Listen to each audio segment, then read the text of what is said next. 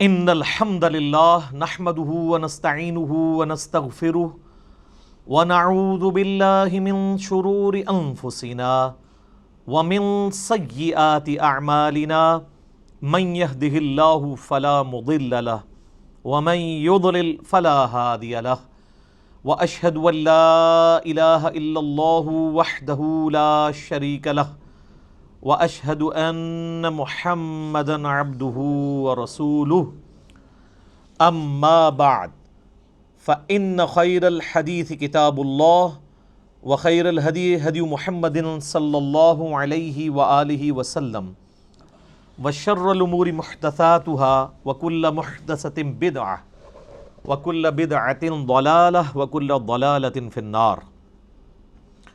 اعوذ باللہ السمیع العلیم من الشیطان الرجیم من ہمزہ ونفخہ ونفثہ بسم اللہ الرحمن الرحیم رب اشرح لی صدری ویسر لی امری واحلل عقدۃ من لسانی یفقہوا قولی۔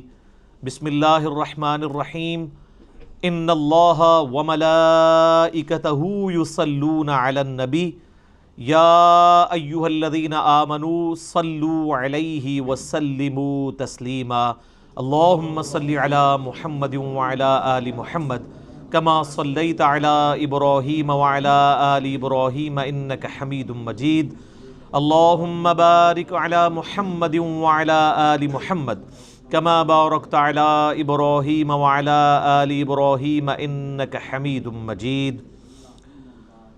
اللہم ربنا آتنا فی الدنیا حسنۃ وفی الآخرۃ حسنۃ وقنا عذاب النار۔ لا الہ الا انت سبحانک انی کنت من الظالمین۔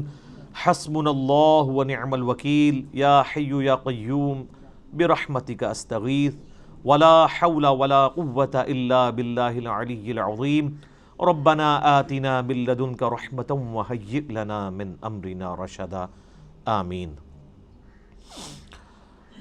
میرے بھائیو، الحمدللہ آج 20 اکتوبر 2019 کو سنڈے کے دن بمطابق 20 صفر المظفر 1441 ہجری ہم انشاءاللہ تعالی اپنا نیا سلسلہ قرآن حکیم کی قرآن کلاسز کا شروع کرنے جا رہے ہیں، اور اس کا انشاءاللہ آج پہلا لیکچر انٹروڈکشن سے ریلیٹڈ ہوگا، قرآن حکیم کے تعارف پہ۔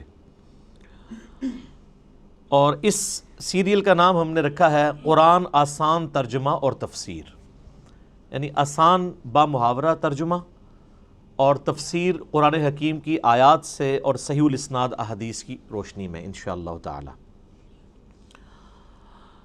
اور کوشش یہی ہے کہ اس نئے سلسلے میں ٹو دی پوائنٹ ڈسکشن کی جائے، کیونکہ آپ کو پتہ ہے کہ پچھلا جو ہمارا قرآن حکیم کا ایک پورا دورہ ریکارڈ ہوا ہے وہ 9 سالوں میں ہوا ہے، 344 لیکچرز کے اندر۔ اب اتنے ڈیٹیل لیکچر نہیں ہوں گے، البتہ کوشش یہ ہوگی کہ جتنی ضروری انفارمیشن ہے وہ ضرور ڈسکس کی جائے۔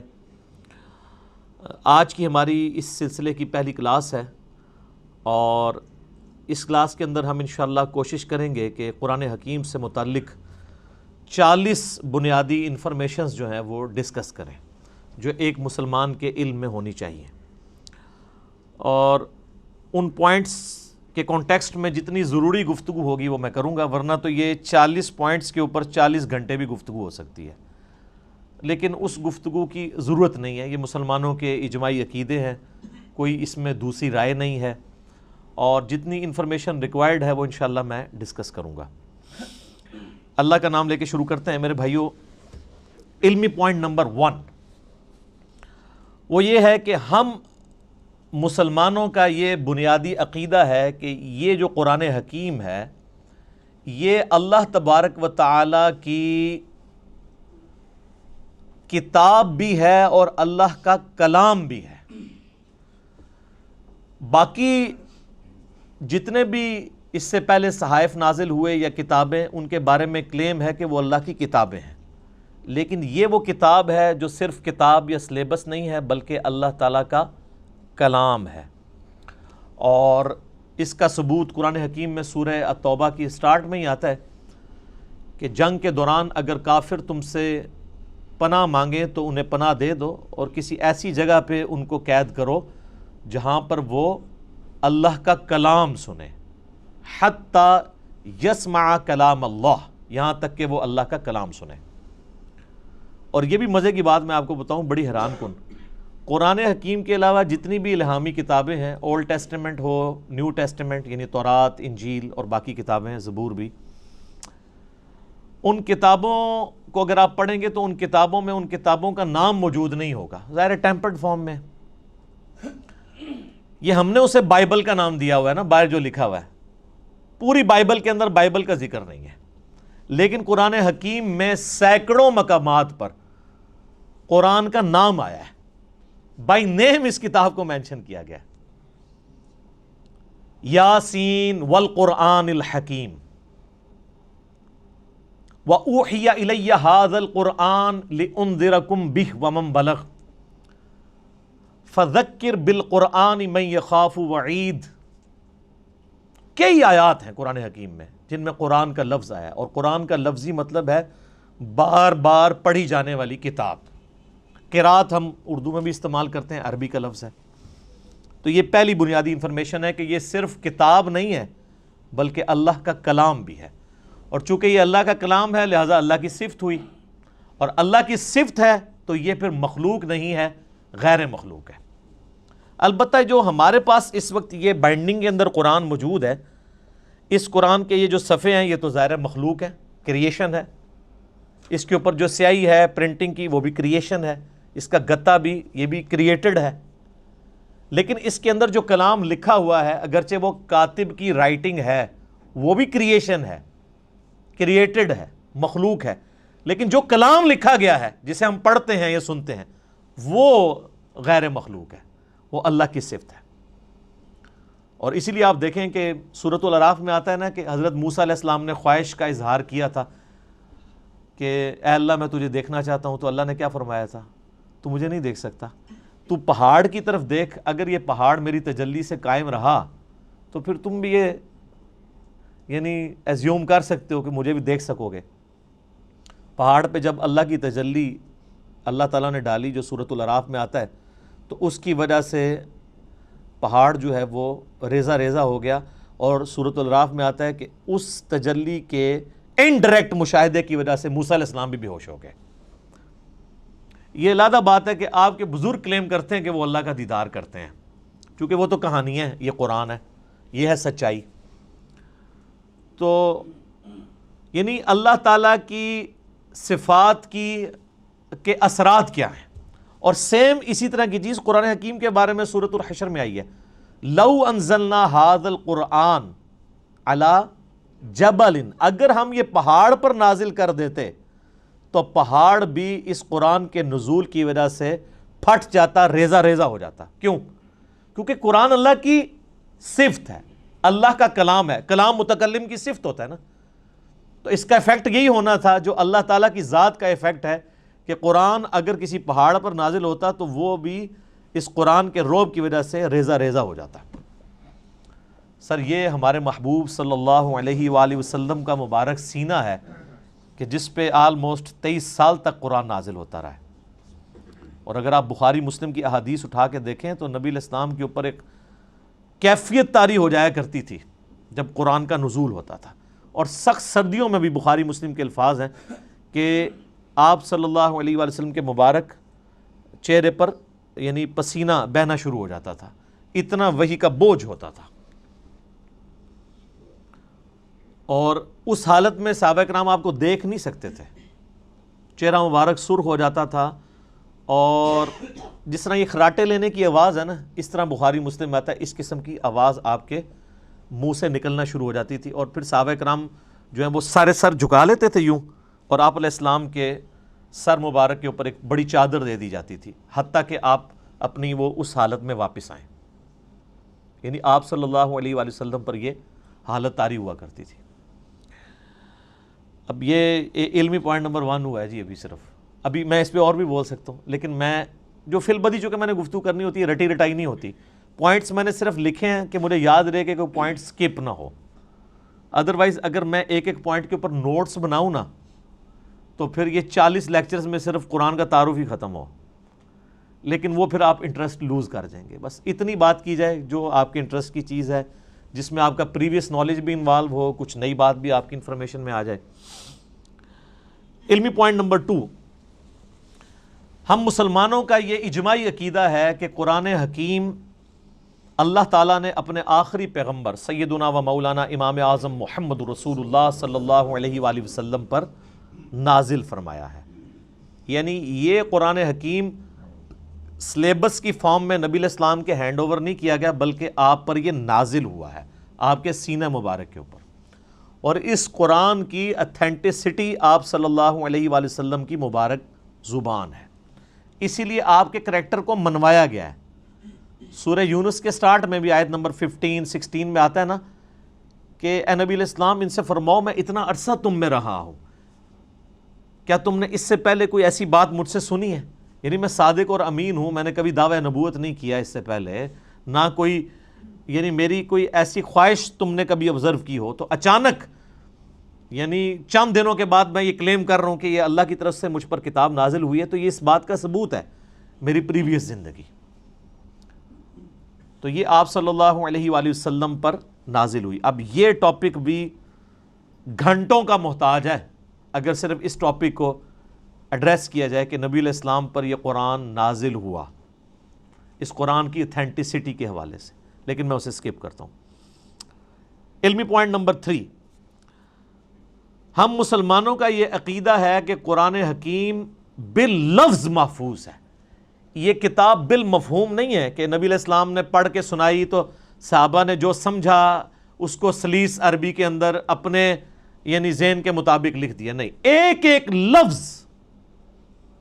من و ان ویسا ہی ہے جیسا کہ اللہ تعالیٰ نے نازل فرمایا، کوئی انٹرپریٹیشن نہیں ہے اس کی، بالمفہوم نہیں ہے، باللفظ ہے. اور یہ عقیدہ صرف قرآن کے بارے میں. یہ بعض لوگ کہتے ہیں نہیں ہم حدیث کو بھی قرآن کا درجہ دیتے ہیں. حدیث کے بارے میں اجماعی عقیدہ ہے کہ حدیث بالمفہوم ہے. چند باتیں باللفظ بھی ہیں، جیسے ہم نماز کے اندر جو کچھ پڑھتے ہیں وہ بخاری مسلم میں نبی علیہ السلام کی احادیث ملتی ہیں، آپ نے ان کو تعلیم فرمایا. لیکن اوورآل آپ علیہ السلام کے حوالے سے جو چیزیں بیان کی جاتی ہیں بالمفہوم ہے. اور یہی وجہ ہے کہ آپ احادیث کی کتابیں کھولیں گے نا تو کئی احادیث کے اینڈ پہ وہ راوی کہتا ہے او کما قال علیہ السلام، یا جیسا پھر رسول اللہ نے فرمایا تھا. یعنی مجھے یہ بات پتہ چلی، مجھے یوں سمجھ آئی، یا جیسے پھر آپ نے فرمایا تھا، مفہوم یہی تھا. اور آپ بخاری مسلم اٹھا کے دیکھیں، آپ کو درجنوں احادیث ملیں گی کہ ایک ہی مجلس میں آپ صلی اللہ علیہ وآلہ وسلم نے کوئی بات ارشاد فرمائی ہے، کئی صحابہ نے اس بات کو رپورٹ کیا ہے، سب کے الفاظ میں تھوڑا بہت فرق ہے، اوورال مفہوم ٹھیک ہے، لیکن کسی سے کچھ سکپ ہو گیا، کسی سے کچھ.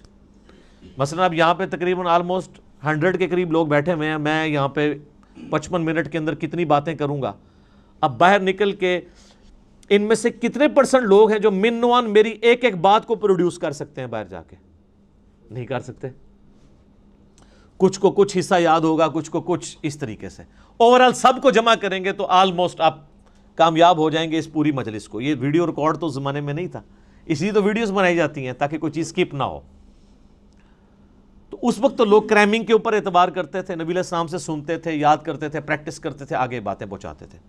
اور اس کا آپ کو بہترین نمونہ صحیح مسلم میں ملے گا. بخاری میں آپ کو ان چیزوں کا آئیڈیا نہیں ہوتا کیونکہ بخاری میں احادیث سکیٹرڈ فارم میں ہے. مسلم شریف میں ایک مجلس کی نبی علیہ السلام کی ایک وقت کی احادیث کے جتنے طرق آئے ہیں نا مختلف چینز سے، وہ آپ کو ایک جگہ ملیں گے. مثلا مسلم کی پہلی حدیث یہی ہے مولا علی علیہ السلام سے، اور بخاری میں بھی موجود ہے کہ نبی علیہ السلام نے فرمایا جس شخص نے میری طرف جھوٹی حدیث منسوب کی وہ اپنا مقام دوزخ میں دیکھ لے. اب یہ حدیث آپ کو سیدنا علی سے ملے گی، سیدنا عبداللہ ابن عباس سے ملے گی، سیدنا ابو ہریرہ سے، سیدنا جابر بن عبداللہ سے، سیدنا انس بن مالک سے، سیدنا مغیرہ ابن شعبہ سے رضی اللہ عنہم اجمعین وعلیہم السلام اجمعین. 7-8 صحابہ سے ایک ہی حدیث ملے گی. اور امام مسلم نے اس کو ایک ترتیب سے نا اس مجلس میں یہ جو نبی علیہ السلام کا فرمان تھا ایک ایک صحابی سے وہ لے کے ہیں، تو آپ کو ان کے آپس کے الفاظ میں بھی 19-20 کا فرق نظر آئے گا، لیکن مفہوم ایک ہی ہوگا. اسی لیے مسلم شریف کی ترتیب کو کہا جاتا ہے کہ حدیث کی کتابوں میں سب سے بیسٹ جو ترتیب ہے وہ صحیح مسلم کی ہے، کیونکہ آپ کو یہ اندازہ ہو جاتا ہے کہ ایک مجلس میں کوئی چیز سکپ نہیں ہوئی. ایک حدیث کو کئی راوی اور کئی صحابہ کے شاگرد آگے تابعین بیان کر رہے ہوتے ہیں، سارے الفاظ آپ کو ایک جگہ مل جاتے ہیں.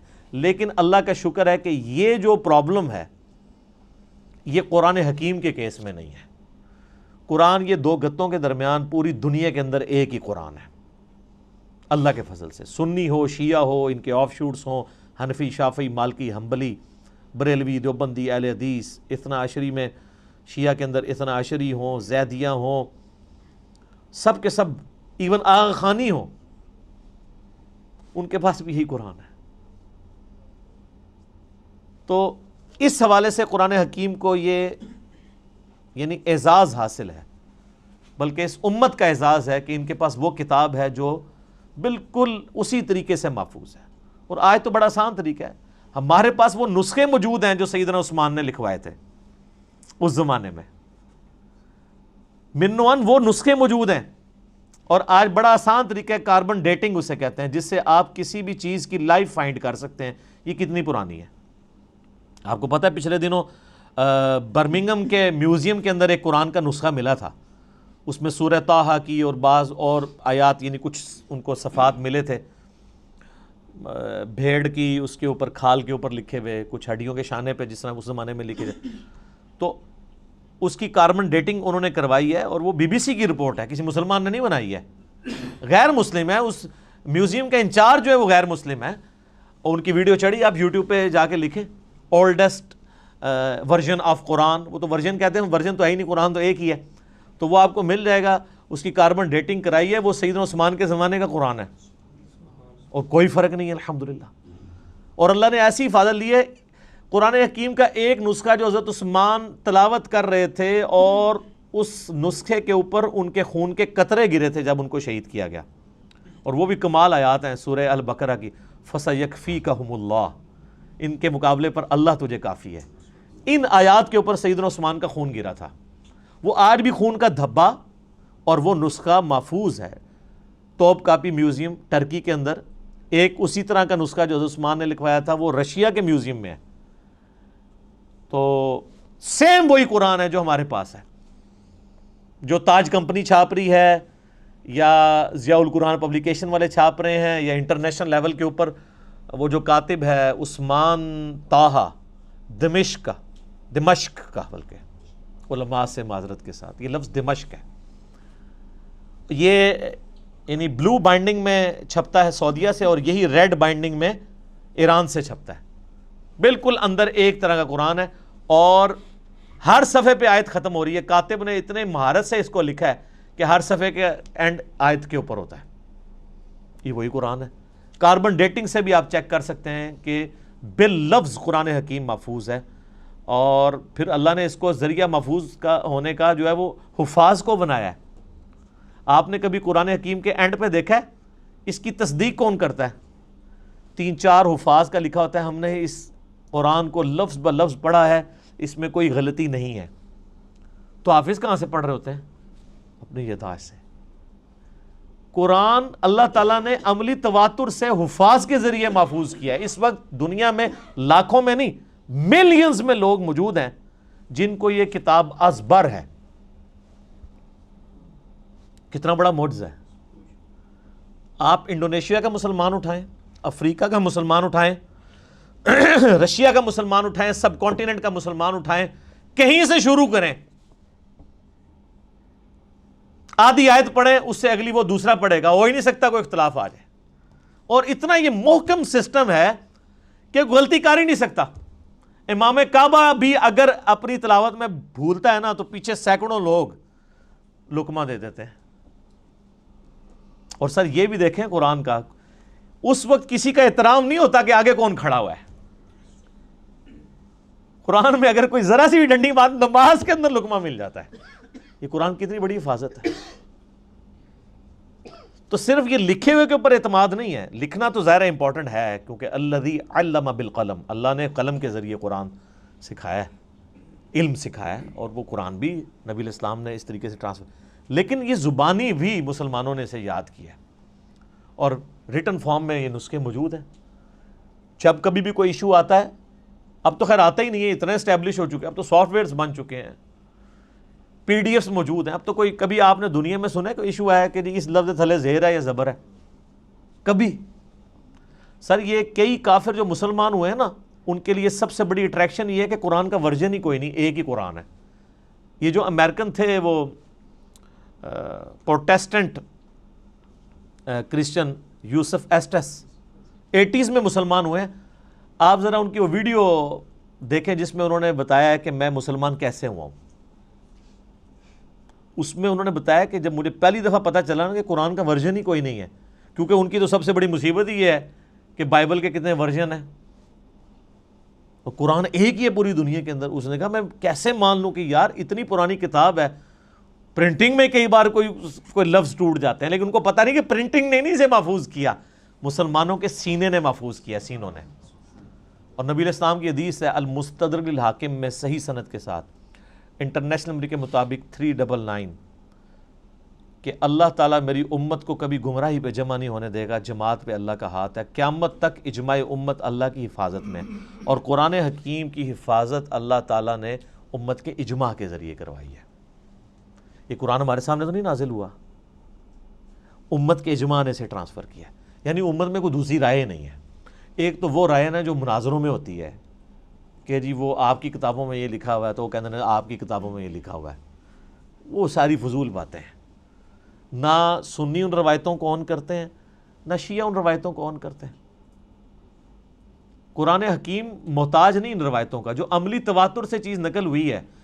دنیا میں 1000 مسلمان بھی کھڑے ہو کے کہیں یہ آیت ایسی نہیں ایسے ہے، آج تک تو کوئی نہیں کھڑا ہوا، نہ ہوگا اللہ کے فضل سے۔ وہ کہہ رہے ہیں جی پچھلے دنوں جی وہ اسرائیل والوں نے جی ایک صورت بنا کے پوری چڑھا، اور سارے اسرائیل والے پورا قرآن بنا کے اور چڑھا دیں۔ آپ کو یقین نہیں کہ اس کی حفاظت کا ذمہ کس نے لیا ہوا ہے؟ اللہ نے۔ صحابہ کرام کو تو شاید یہ آیت نہ سمجھ آئی ہو اس وقت، ایمان بالغیب ہی ہو، انا نحن نزلنا الذکر وانا لہ لحافظون، سورۃ الحجر آیت نمبر 9۔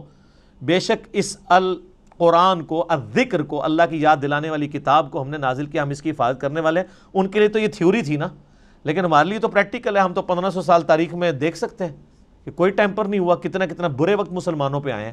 ایک وہ وقت بھی آیا کہ ہلاکو خان نے بغداد کی ساری لائبریریز جو ہیں وہ دریائے دجلہ میں بہا دی تھی، تو قرآن کو تو کوئی فرق نہیں پڑا۔ اور وہ جو برمنگم کا نسخہ ہے نا ان کے پاس جو نکلا ہے، وہ انگریزوں کے دور حکومت میں ان کے پاس وہ نسخہ ہاتھ لگا تھا، پھر وہ انہوں نے انگلینڈ میوزیم میں شفٹ کر دیا تھا، کیونکہ انگریزوں کی حکومت پھر سلطنت عثمانیہ ٹوٹنے کے بعد عراق کے اوپر بھی رہی ہے۔ اس دوران انہوں نے پرانی کسی لائبریری سے اسے شفٹ کیا تھا، جو ہلاکو خان کی تباہی کی وجہ سے بچ گئے ہوئے تھے نسخے۔ تو قرآن حکیم کو اللہ تعالیٰ نے اس طریقے سے محفوظ کیا۔ اچھا، یہ جب میں نے پوائنٹ لکھے تھے نا تو میں نے کہا تھا میں ایک منٹ میں ایک پوائنٹ بیان کروں گا تو 40 منٹ میں ختم ہو جائے گا، لیکن یہ تو ان لوگوں کا ختم ہوتا ہے جنہوں نے خبریں پڑھنی ہوتی ہیں، جنہوں نے درد دل سامنے رکھنا ہوتا ہے، جنہوں نے ایک کمپریہنسو نالج گین کیا ہوتا ہے، جن کو پتہ ہے کہ اس وقت دنیا کیا سوچتی ہے اسلام کے بارے میں، تو ان کے لیے تو پھر یہ ایک پوائنٹ کو ڈسکس کرنا ہے 1 منٹ کے اندر ناممکن ہو جاتا ہے، مختصر یہ کام ہو نہیں سکتا۔ پھر میں نے اپنے بھائیوں سے مشورہ بھی کر لیا تھا کہ اگر ہم بالکل اسٹرکٹلی اس کے ساتھ اٹیچ رہیں گے کہ ہم نے اتنے منٹ میں اتنی چیزوں کو ختم کرنا ہے، تو پھر وہ فی البدی گفتگو کا جو حسن ہے وہ ختم ہو جائے گا، پھر کئی پوائنٹس رہ جائیں گے جو ضروری ہوں گے، جو ایک مسلمان کو پتہ ہونے چاہیے۔ علمی پوائنٹ نمبر 4 وہ یہ ہے میرے بھائیوں کہ قرآن حکیم اپنی اصلی فارم میں لوح محفوظ کے اندر ہے۔ یہ ہمارے ہاتھ میں جو قرآن ہے نا، یہ اس کی اتھینٹک کاپی ہے۔ اصل میں جو قرآن ہے نا وہ اللہ نے لوح محفوظ میں لکھا ہوا ہے، بل ہوا قرآن مجید فی لوح محفوظ۔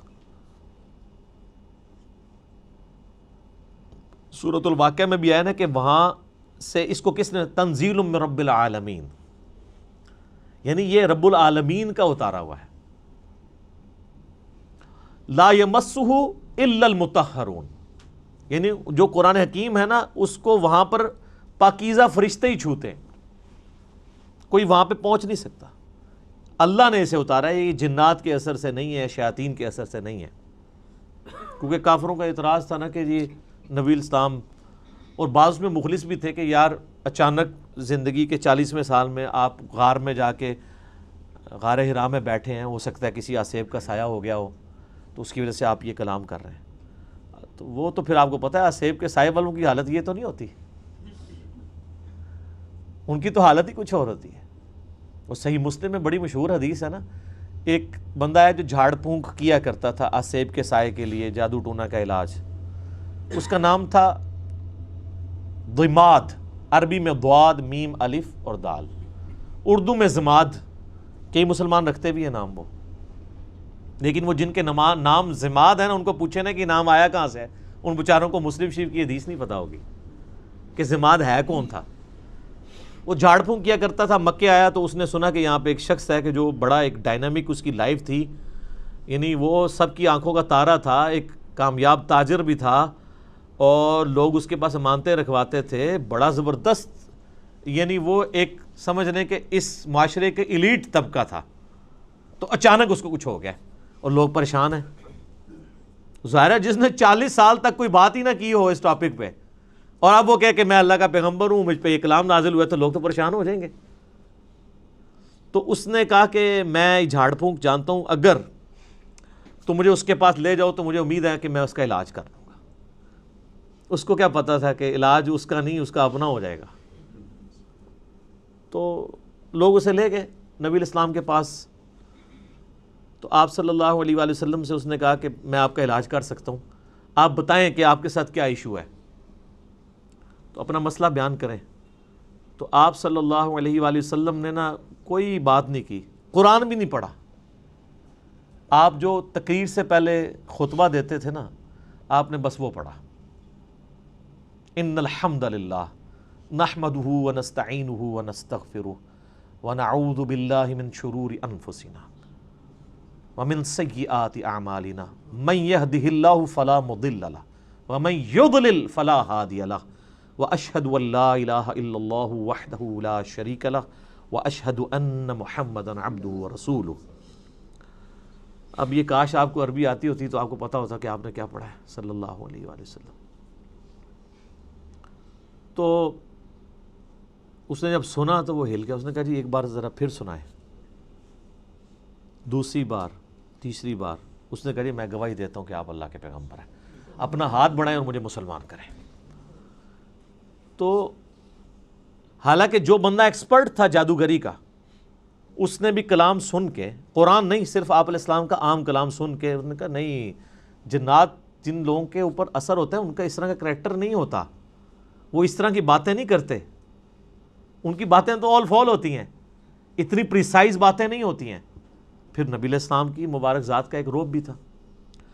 جو بندہ جادو کا، ان ساری چیزوں کا ایکسپرٹ تھا، اس نے ڈکلیئر کر دیا کہ جادوگر نہیں ہے، اور جو جہلات ہے جن کو جادو کا، آسیب کا الف بے بھی نہیں پتا تھا، وہ لوگ نبی علیہ السلام کو اس کے بعد بھی جادوگر کہتے رہے، نعوذ باللہ۔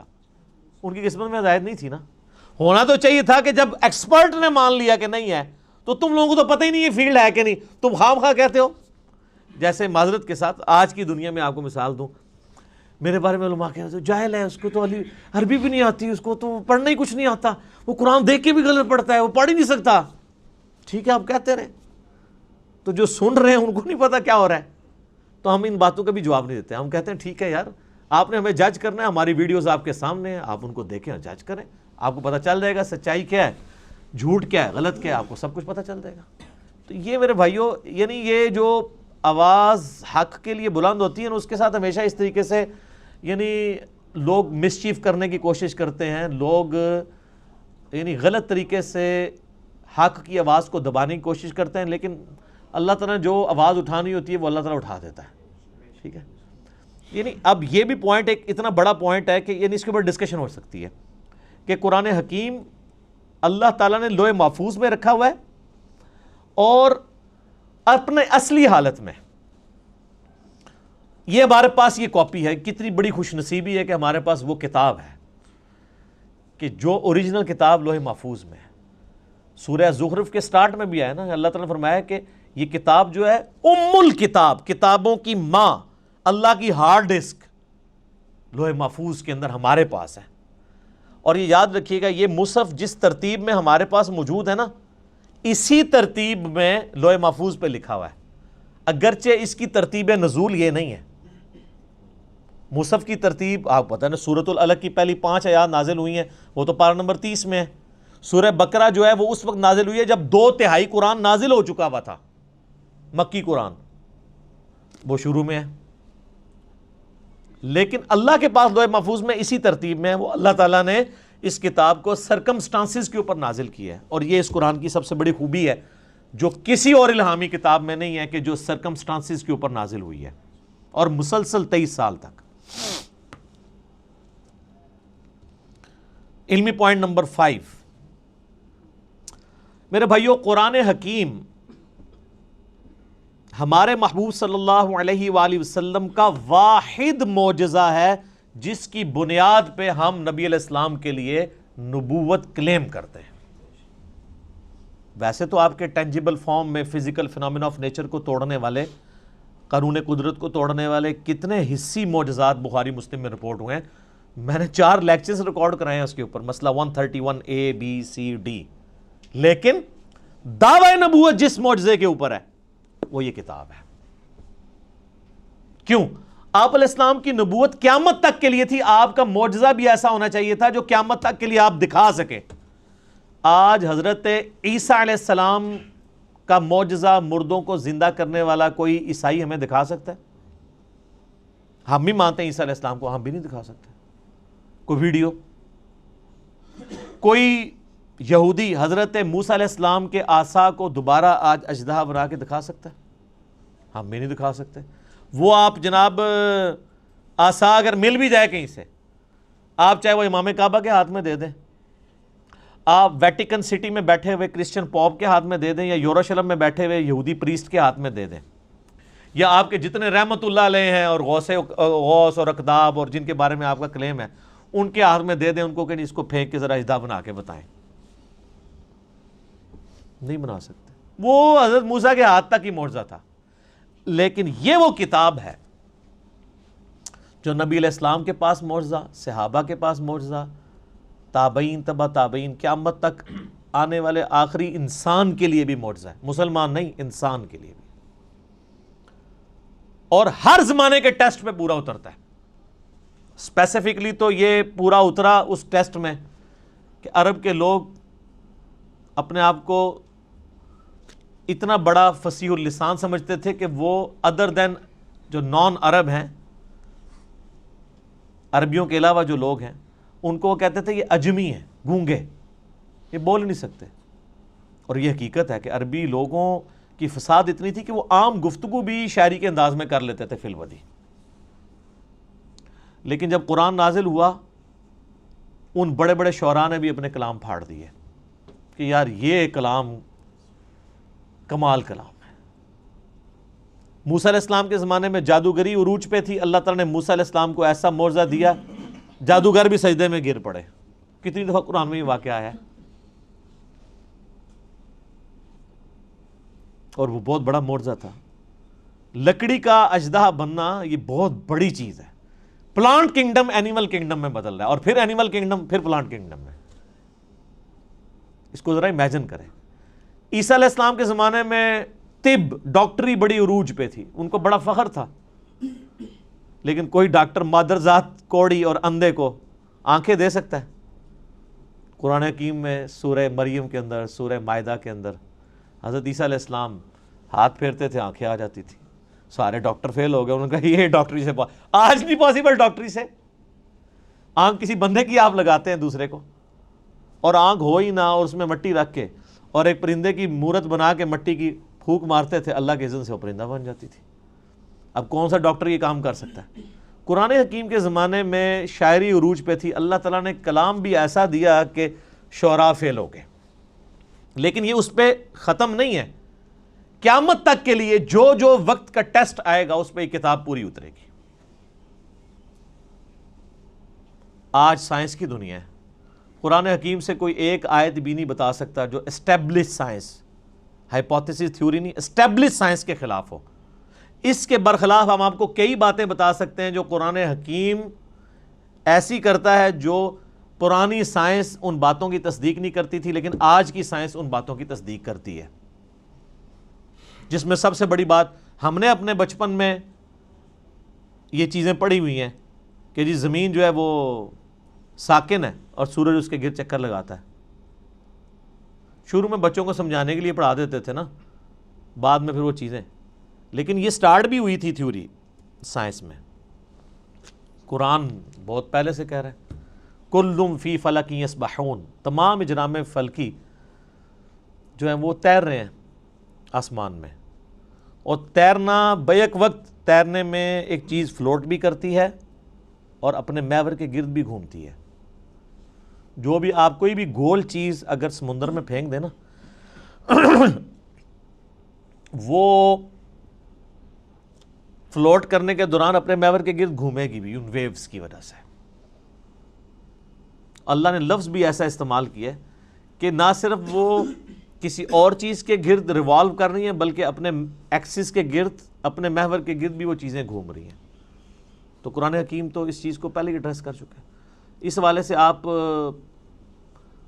ایک میرا کلپ بھی ہے Quran and modern versus modern science, وہ آپ دیکھ لیں. ڈاکٹر ذاکر نائک کا بھی ایک ویڈیو ہے پرانی, پھر انہوں نے دوبارہ سے ریکارڈ کرائی تھی, وہ بھی آپ دیکھ لیں. ڈاکٹر مورس بوکائل ایک فرینچ سرجن تھے جو مسلمان ہوئے, تو انہوں نے کتاب وہ لکھی Bible Quran and science, Urdu میں ترجمہ ہوا ہے لیکن وہ ترجمہ بھی اردو والا بھی اتنا مشکل ہے کہ عام بندوں کو سمجھ نہیں آتا. بہتر یہ کہ آپ اسے انگلش میں ہی پڑھیں. تو انہوں نے یہی ثابت کیا ہے کہ اس ماڈرن دور میں جتنی بھی الہامی کتابیں ہیں وہ سائنس کے ٹیسٹ کو پاس نہیں کرتی سوائے اس کتاب کے. ان میں سائنٹیفک فالٹ موجود ہے.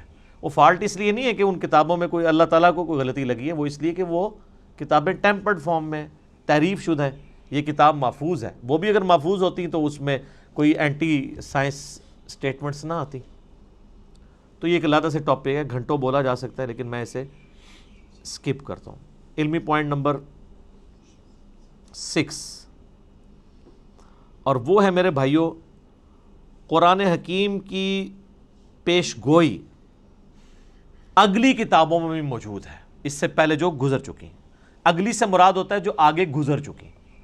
ہم ویسے اگلی سے مراد کرتے ہیں جو آگے آنے والے ہیں, لیکن اردو تھوڑی سیکھیں. اگلے سے مراد ہوتا ہے جو پہلے لوگ گزر چکے ہیں. ہم پچھلے ہیں جو پیچھے پیچھے ان کے آ رہے ہیں, کیونکہ لوگ اپنی منزل کی طرف جا رہے ہیں نا. صحابہ کرام ہمارے اگلے ہیں, ہم ان کے پچھلے ہیں. تو جن کو اردو نہیں آتی وہ بیچارے الٹ سمجھ رہے ہوتے ہیں. تو اگلی کتابیں ہیں تورات, زبور, انجیل, اولڈ ٹیسٹمنٹ, نیو ٹیسٹمنٹ کی فارم میں جو اویلیبل ہیں, ان کتابوں میں اس کی پیش گوئیاں موجود ہیں الکتاب کی فارم میں, کہ الکتاب اس طرح آخری پیغمبر کے اوپر نازل ہوگی. نبی علیہ السلام کی پریڈکشنز موجود ہیں. سورۃ الاعراف میں آتا ہے, اللہ طرف میں آتا ہے کہ ان کے اندر وہ پیغمبر آئے ہیں جن کی یہ پیش گوئیاں تورات اور انجیل کے اندر لکھی ہوئی پاتے ہیں. سورۃ الانعام کے اندر آیا کہ یہ پروفٹ وہ ہیں کہ یہ اپنے بیٹوں سے زیادہ ان کو پہچانتے ہیں, کہ یہ وہی پیغمبر ہیں جن کی پریڈکشنز تورات اور انجیل کے اندر موجود ہیں. اپنے بیٹے کے بارے میں تو شک نہیں ہوتا نا کسی کو, کہ بچپن سے ظاہر اس کے سامنے پیدا ہوتا ہے, باپ جانتا ہوتا ہے. اس سے زیادہ نبی علیہ السلام کو یہ جانتے ہیں کہ وہی پیغمبر ہیں, لیکن نہیں مانا انہوں نے. نہیں ماننا ہوگا تو آپ جتنے مرضی دلائل رکھیں. ایون آج ٹیمپرڈ فارم میں جو تورات اور انجیل موجود ہے نا, اس میں بھی آپ کو نبی علیہ السلام کی پروفیسیز مل جائیں گی. اس کے اوپر بھی کئی ایک ویڈیوز نیٹ کے اوپر رکھی ہوئی ہیں. Similarities between Christianity and Islam, similarities between Hinduism and Islam. Doctor Zakir Naik کی ویڈیوز ہیں, انہوں نے کتنی چیزیں پروف کی ہیں, موجود ہیں. جس سے, اور یہ بیسیکلی انہوں نے زیادہ تر محنت تو کی تھی احمد دیدار صاحب نے رحمہ اللہ تعالی, انہی سے ہی کاپی کیا ہے انہوں نے, خصوصاً کرسچینٹی کے پوائنٹ آف ویو سے. باقی جہاں تک ہندوازم اور باقی چیزوں کا تعلق ہے وہ ڈاکٹر ذاکر نائک کو کریڈٹ جاتا ہے کہ یہ انہوں نے ویلیو ایڈیشن کی ہے احمد دیدار صاحب کے کام کے اندر, کوئی شک نہیں اس کے اندر. تو آپ پروفیسیز دیکھیں. اس وقت جو آپ کو وہ انارکلی جو بازار بائبل سوسائٹی والوں کو آپ لیٹر لکھیں, وہ فری آپ کے گھر بائبل بھجوا دیں گے. نیٹ کے اوپر PDF رکھا ہوا ہے. ویسے وہ منگوانے سے پہلے قرآن جو آپ کے گھر غلاف میں ہے اس کو خود پڑھ لیں. لوگ وہ بائبل منگوا لیتے ہیں, قرآن نہیں منگوا کے پڑھتے. قرآن بلکہ منگوانا بھی نہیں, گھر پڑا ہوا ہے. میں اسی لیے قرآن کے غلافوں کے بڑا خلاف ہوں. یہ غلاف کے اندر جو قرآن ہے یہ کو نہیں کھولتا, کیونکہ جب بندہ یہ تصور کرتا ہے نا اس کو یوں یوں کر کے کھولنا ہے, پھر یوں یوں بند کرنا ہے, وہ بند ہی پڑا رہتا ہے. کتابیں بھی آپ کسی کو گفٹ کریں اس کے اوپر سے ساری وہ پیکنگز اتار کے دیا کریں, کبھی شاید وہ کھول کے پڑھ ہی لے. وہ آپ پڑھیں تو اس میں آپ کو ڈیوٹرانومی چیپٹر جو ہے تورات کے اندر، اولڈ ٹیسٹمنٹ کے اندر ملے گا، اس کا باب نمبر 18 ہے، اس میں آیت نمبر 18 ہے کہ موسیٰ علیہ السلام کو اللہ تعالیٰ نے وحی کی کہ اے موسیٰ میں تیرے بھائیوں میں سے، بھائی کون؟ بنو اسماعیل، بنو اسرائیل کے بھائی بنو اسماعیل. اور یہ یعنی تورات کے شروع میں پیدائش چیپٹر میں موجود ہے کہ حضرت ابراہیم علیہ السلام کی 2 بیویاں تھیں، 2 بیٹے تھے، جو مین حضرت یعقوب علیہ السلام جو ان کے حضرت اسحاق کے بیٹے تھے، تو وہ آگے ان سے وہ بنی اسرائیل چلے، اور دوسری طرف حضرت اسماعیل تھے. تو میں تیرے بھائیوں یعنی بنو اسماعیل میں سے، بلکہ آج بھی آپ اسرائیل والوں سے پوچھیں، عرب لوگ وہ کہتے ہیں ہمارے کزنز ہیں، وہ مانتے ہیں اس بات کو، عربی ان کو کزن مانتے ہیں. اس لیے ہمیں شک پڑتا ہے اندر سے دونوں ملے ہوئے نہ ہوں، جو کچھ مسلمانوں کے خلاف یہ لوگ کر رہے ہوتے ہیں. ہم اسرائیل کو تسلیم نہیں کیے بیٹھے ہوئے اسلام کی حمیت میں، اور جن لوگوں کی اصل دشمنی تھی وہ ان کے ساتھ پینگیں بڑھا رہے ہیں. تو وہ ڈیوٹرانومی چیپٹر میں 18 نمبر میں آیت نمبر 18 ہے، موسیٰ میں تیرے ان یعنی ماننے والوں کے بھائیوں میں یعنی ان کے کزنز کے اندر تیری مانند ایک رسول اٹھاؤں گا جو ان پہ میری آیات کو تلاوت کرے گا. اور اسی طریقے سے گاسپل آف جان جو ہے، جو اولڈ ٹیسٹمنٹ نیو ٹیسٹمنٹ کٹھے وہ انجیل مقدس چھپی ہوئی ہے، اس میں جو نیو ٹیسٹمنٹ میں گاسپل آف جان ہے، اس کے اندر چیپٹر نمبر 15 سے 18 تک آپ کو کئی آیات ملیں گی. حضرت عیسیٰ علیہ السلام اپنے ماننے والوں کو کہتے ہیں میرا دنیا سے جانا تمہارے لیے رحمت ہے، میں جب جاؤں گا تو میں اپنے رب سے ریکویسٹ کروں گا اس ہستی کو دنیا میں بھیجیں گی جو میرا نام دنیا میں روشن کریں گی. مجھے تم سے بہت کچھ کہنا ہے لیکن تم ابھی ان چیزوں کے متحمل نہیں ہو. وہ جب ہستی دنیا میں آئیں گی تو وہ تمہیں وہ ساری چیزیں تعلیم کریں گی، اور اللہ تعالیٰ ان کے منہ میں اپنا کلام ڈالے گا. یہ جو پروفیسی ہے یہ دنیا میں کسی پروفٹ کے بارے میں نہیں ہے. باقی سارے پیغمبروں کو سلیبس کی فارم میں کتاب تختیوں کی شکل میں موسیٰ علیہ السلام کو ملا ہے. یہ جو اللہ تعالیٰ کلام ان کے منہ سے بلوائے گا ان کے سینے پہ نازل کر کے، یہ ہے ہی صرف نبی علیہ السلام کے لیے. اچھا، وہ اب اس کے اوپر بھی ٹیکنیکل بحث ہے، عیسائی کیا اعتراض کرتے ہیں، وہ علیحدہ سے ٹاپک ہے، میں اس کو سکپ کرتا ہوں. بہرحال وہ جو ڈیوٹرانومی جس اولڈ ٹیسٹمنٹ والا حوالہ اس کو کرسچنز اور جوز دونوں مانتے ہیں، نیو ٹیسٹمنٹ کو صرف کرسچنز مانتے ہیں. اس کے اندر یہ جو ہے نا کہ تیرے بھائیوں میں سے تیری مانند رسول اٹھاؤں گا، تو وہ کرسچنز کہتے ہیں یہ جو تیری مانند سے مراد ہے نا، یہ حضرت عیسیٰ کی پیش گوئی ہے کہ حضرت موسیٰ کے بعد حضرت عیسیٰ بھی یہودیوں میں ہی پیدا ہوں گے. اس میں تو کوئی شک نہیں کہ حضرت عیسیٰ بھی یہودی تھے، یہودی النسل تھے، بنی اسرائیل میں سے تھے. لیکن یہ پروفیسی ان کے بارے میں پوری نہیں ہوتی، کیونکہ اس میں الفاظ ہے تیری مانند اور تیرے بھائیوں میں سے. بھائی تو بنو اسرائیل کے بنو اسرائیل نہیں، بنو اسماعیل ہیں، ورنہ تو ہوتا کہ تم ہی میں سے اٹھاؤں گا. بھائی کہنے کی ضرورت ہی نہیں تھی، تیری اولاد میں سے اٹھاؤں گا. نہیں، بنو اسماعیل میں نبی الاسلام کے علاوہ تو کوئی پروفٹ بھی نہیں ہے. اور تیری مانند میں دیکھیں کیا قیامت مضمر ہے کہ حضرت موسیٰ علیہ السلام کی مانند ہمارے ہی پیغمبر ہیں صلی اللہ علیہ وآلہ وسلم. حضرت موسیٰ علیہ السلام کی نیچرل ڈیتھ ہوئی ہے، حضرت عیسیٰ علیہ السلام کی نیچرل ڈیتھ نہیں ہوئی، بلکہ اللہ نے ان کو اٹھا لیا. چلیں کرسچنز کے نزدیک وہ شہید کر دیے گئے، نیچرل ڈیتھ نہیں ہوئی. تو حضرت موسیٰ علیہ السلام کی مانند ہمارے محبوب صلی اللہ علیہ وآلہ وسلم ہیں، حضرت عیسیٰ نہیں ہے. اچھا، حضرت موسیٰ صاحب امت پیغمبر تھے، 6 لاکھ کا لشکر لے کے نکلے، اور حضرت عیسیٰ علیہ السلام کے اوپر صرف 12 بندے ایمان لے کے آئے تھے، اور ان کی جان بھی اللہ نے بچائی ان کو زندہ اٹھا کے. ہمارے محبوب صلی اللہ علیہ وآلہ وسلم بھی صاحب امت تھے، آپ کی مبارک زندگی میں 1 لاکھ سے زیادہ لوگ آپ پہ ایمان لا چکے تھے، اور آج تو ماشاءاللہ آپ دیکھ لیں باہر ہیں. اس ریزیملنس میں بھی ہمارے محبوب صلی اللہ علیہ وآلہ وسلم حضرت موسیٰ سے زیادہ ریزیملنس رکھتے ہیں ایز کمپیئر ٹو حضرت عیسیٰ جو موسیٰ علیہ السلام سے رکھتے ہیں. حضرت موسیٰ علیہ السلام کی پیدائش نارمل طریقے پہ ماں باپ کے ذریعے ہوئی ہے، اور ہمارے نبی علیہ السلام کی پیدائش بھی نارمل طریقے سے ماں باپ کے ذریعے ہوئی ہے. لیکن حضرت عیسیٰ علیہ السلام کی پیدائش نارمل نہیں ہے، معجزانہ طور پہ اللہ تعالیٰ نے ان کو پیدا کیا. اس ریزیملنس میں بھی ہمارے نبی علیہ السلام حضرت موسیٰ کی مثل ہیں، حضرت عیسیٰ علیہ السلام ان کی مثل نہیں ہے. اس قسم کی کئی اس طریقے سے نئی شریعت، حضرت عیسیٰ علیہ السلام تو 10 کمانڈمنٹس کو اسٹیبلش کرنے آئے تھے، کوئی نئی شریعت نہیں لے کے آئے. موسیٰ علیہ السلام کی شریعت کو آگے لے کے چلیں. ہمارے نبی علیہ السلام نئی شریعت لے کے آئے، جس طرح کہ موسیٰ علیہ السلام کی شریعت نہیں تھی. اس اعتبار سے بھی ہمارے محبوب صلی اللہ علیہ وآلہ وسلم اور حضرت موسیٰ علیہ السلام کے اندر ریزیمبلنس پائی جاتی ہے جو حضرت عیسیٰ اور موسیٰ میں نہیں پائی جاتی. لہٰذا یہ جو پروفیسی ہے ڈیوٹرانومی کی چیپٹر نمبر 18 ورس نمبر 18 کتاب الاستثناء چیپٹر، یہ من و عن ہمارے محبوب صلی اللہ علیہ وآلہ وسلم کے بارے میں پوری ہوتی ہے اور کسی شخص کے بارے میں نہیں. اب اس میں بھی گھنٹوں بولا جا سکتا ہے لیکن سکپ کرتا ہوں میں اسے. علمی پوائنٹ نمبر 7، قرآن حکیم کی زبان عربی ہے جو آج تک اسی طریقے سے زندہ ہے جو نبی علیہ السلام کے مبارک زمانے میں تھی. سر آج سے 100 سال پہلے کی اگر آپ شیکسپیئر کی انگریزی پڑھیں نا تو آپ کو کئی الفاظ نہیں آئیں گے. شیکسپیئر کی انگریزی تو چھوڑ دیں، آپ فضائل اعمال آج سے 50-60 سال پہلے جو لکھی گئی ہے اس میں کئی اردو کے الفاظ ہیں جو آج مستعمل ہی نہیں ہیں.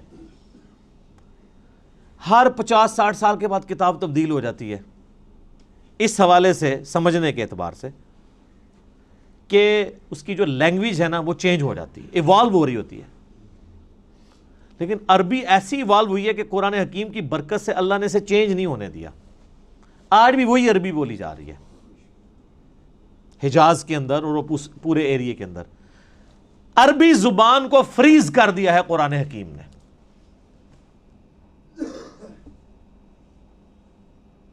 اور قرآن حکیم میں سورہ یوسف کے سٹارٹ میں بھی آیا اِنَّا جَعَلْنَاهُ قُرْآنًا عَرَبِيًّا لَعَلَّكُمْ تَعْقِلُونَ. ہم نے قرآن عربی میں نازل کیا ہے تاکہ تم اس کو سمجھ سکو، تمہاری اپنی زبان میں نازل کیا ہے.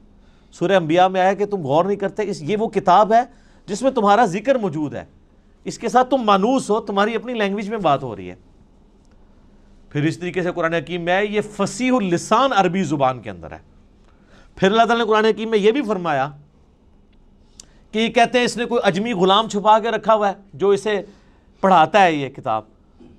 تو اللہ نے فرمایا کہ کیسا اجمی غلام ہے کہ جو کتاب ہے وہ فصیح عربی کے اندر ہے اور اجمی اس کو سکھا رہا ہے. یہ بات یہ نہیں تمہارا یعنی چھڈو جڑی پھڑی بھی جائے، ایڈی لمبی چھڑ دے ہو، اتنی لمبی گپ شپ فٹ ہی نہیں بیٹھتی. تو یہ عربی فصیح زبان اور آج تک قرآن کی برکت سے اللہ تعالیٰ نے عربی کو محفوظ رکھا ہے. علمی پوائنٹ نمبر 8، قرآن حکیم کا جو ڈائلیکٹ ہے، لہجہ ہے، وہ عرب کے بادیہ نشین جو پینڈو لوگ، گاؤں کے رہنے والے، ریگستانوں کے رہنے والے، اعرابی جنہیں کہا جاتا ہے، بدو لوگ، ان کے ڈائلیکٹ میں یہ قرآن نازل ہوا ہے. یعنی جس طرح آپ آج بھی دیکھ لیں، ایک ہے شہری پنجابی عجیب پٹھی سیدھی، اور ایک ٹھیٹھ گاؤں کے لوگوں کی پنجابی ہے. اس کے ڈائلیکٹ میں اور شہری پنجابی کے ڈائلیکٹ میں کتنا فرق ہے. اور ایک ہے لکھنؤ کے لوگوں کی، یو پی کے لوگوں کی اردو، اور ایک ہے ہم پنجابیوں کی اردو. ڈائلیکٹ میں فرق ہے. ہم اردو زبان کو سیکھ تو ضرور سکتے ہیں، اس ڈائلیکٹ کو بھی سیکھ سکتے ہیں، لیکن پھر بھی کہیں نہ کہیں پکڑے جاتے ہیں کہ پنجابی ہیں. میں نے تو اپنے آپ کافی اوور کم اس اعتبار سے کیا ہے کہ الفاظ کی ادائیگی ٹھیک ہو، لیکن بعض اوقات اپنے لہجے سے پتہ چل جاتا ہے کہ یہ اردو بولنے والا پٹھان ہے، پنجابی ہے، بلوچی ہے، سندھی ہے. تو اس اعتبار سے جو ڈائلیکٹ ہے نا قرآن کا، وہ ہے عرب کے بادیہ نشین لوگوں کی عربک کا. اور وہ آج بھی آپ عرب میں چلے جائیں نا، وہ اسی طریقے سے وہی عربی بولتے ہیں.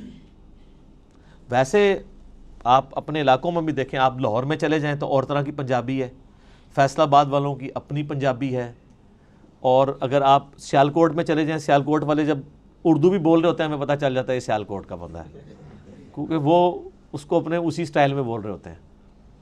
اسی طریقے سے جو ہند کو یعنی یہ سطح مرتفع پوٹھوہار کے رہنے والے، ہم بھی پوٹھوہاری ہیں جہلم کے لوگ، یہاں کی ہم تو خیر اتنے پوٹھوہاری نہیں، آپ ذرا پنڈی چلے جائیں نا، ان کی ذرا آپ پنجابی سنیں.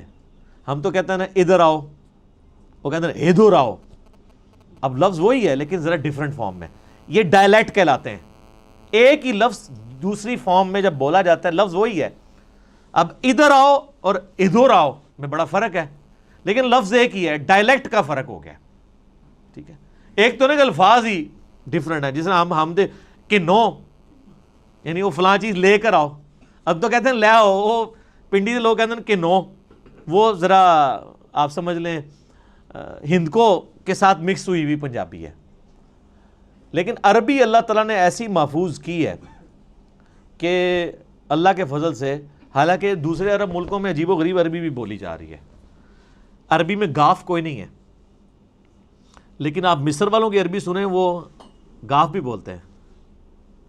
ہاں جی، تو وہ بلکہ وہ طارق جمیل صاحب نے یہ خود سنایا، وہ کہتے ہیں مصر کی ایک جماعت آئی ہوئی تھی، یہ اوریجنل انہوں نے واقعہ سنایا، کہتے ہیں مصر سے ایک تبلیغی جماعت آئی ہوئی تھی، تو کسی گاؤں میں پنجاب کے ٹھہری، تو وہ ان کو نماز کے لیے آگے کیا، تو وہ نماز کے بعد دعا کروانے لگے نا، تو اس نے دعا کی اللہم انی اسألک الگنہ، اللہم انی اسألک، میں تو اس سے گنہ مانگتا ہوں۔ اچھا وہ جنہ کو گنہ پڑھتے ہیں، لفظ ہے جیم، تو وہ اس کو گاف پڑھتے ہیں، جیسے کئی لفظ گاف ہیں عربی میں جیم پڑھے جاتے ہیں۔ یہ شیخ عبد القادر جو جیلانی ہیں، ان کا نام ہے شیخ عبد القادر گیلانی۔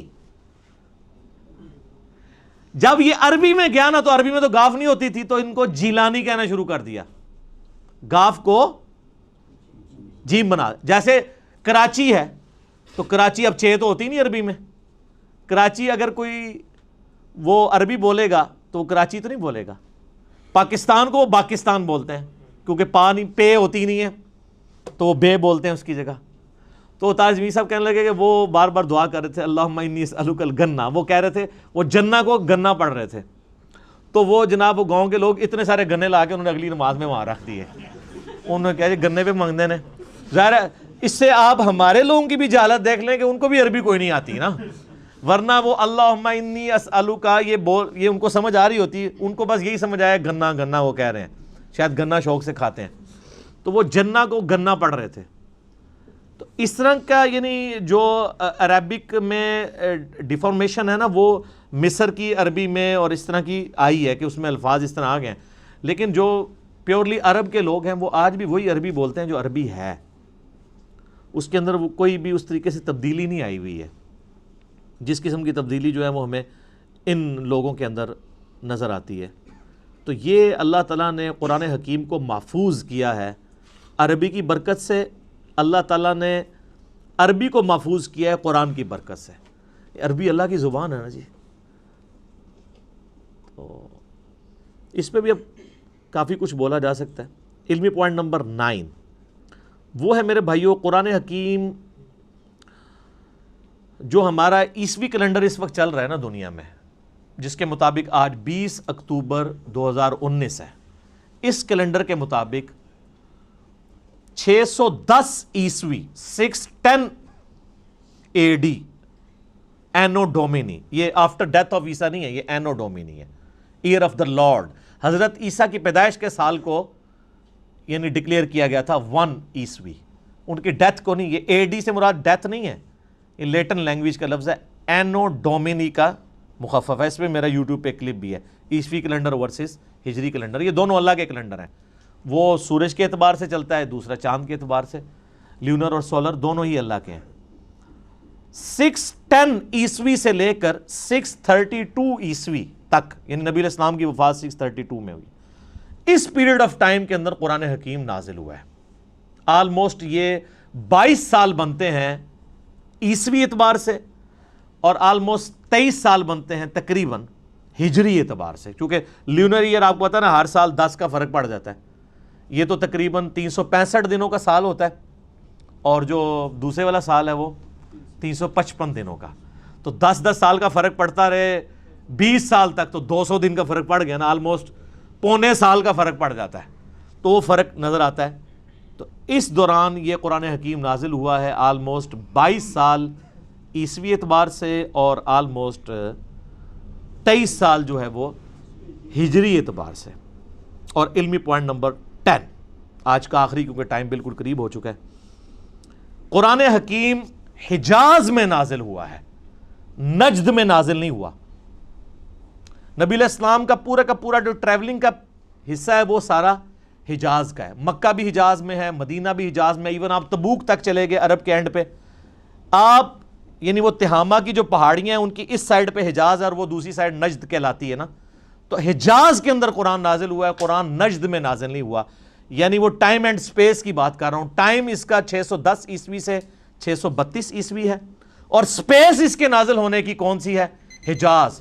پورے کا پورا قرآن جو ہے وہ حجاز کے اندر نازل ہوا ہے اور کسی ملک کے اندر نازل نہیں ہوا، یعنی عرب کی سرزمین میں نازل ہوا، اور عرب کی سرزمین میں بھی نازل ہوا ہے۔